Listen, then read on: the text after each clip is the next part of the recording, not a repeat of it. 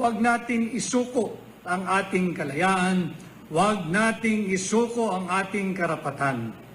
Hindi tama na ang isang Pilipinong katulad ni Pangulong Rodrigo Roa Duterte na nagmahal at nagsilbi sa kanyang bansa't mga kababayan ay basta-basta na lamang gagawing isang handog sa isang banyagang jurisdiksyon at hukom. Ito po ang ating pangunahing misyon ngayon. Isama po natin sa ating panalangin ang kaligtasan, kalusugan at agarang pagkalaya at pag-uwi ni Pangulong Rodrigo Roa Duterte dito sa kanyang bansang sinilangan, ang Pilipinas. Ako naman ho ay si Attorney Vic Rodriguez, kasama ninyo sa aking pinapangunahang War on Corruption.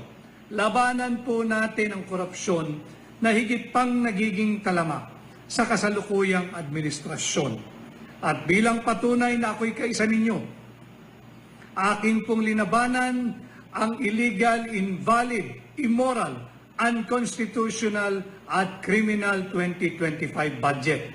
Kaya nga po ngayon ay nariyan ang kaso sa Korte Suprema.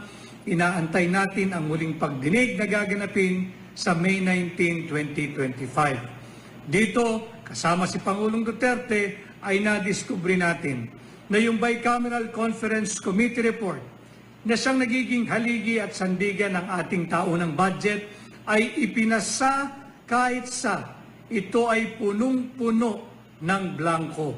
28 items ay blanco at nagkakahalaga lang naman ng 241 billion pesos.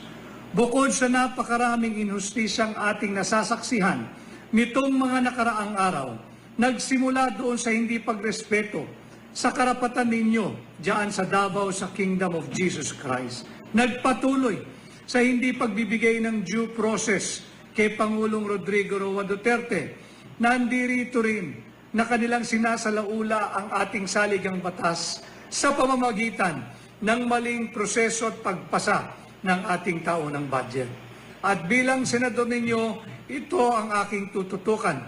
Babantayan ko ang ating taunang budget at sisikapin ko na wala ng ganitong uri ng pagpasa ng ating taunang budget sapagkat ako'y naniniwala na ang simula't katapusan, ang ugat ng lahat ng korupsyon sa ating bansa ay nagmumula sa ating taunang budget.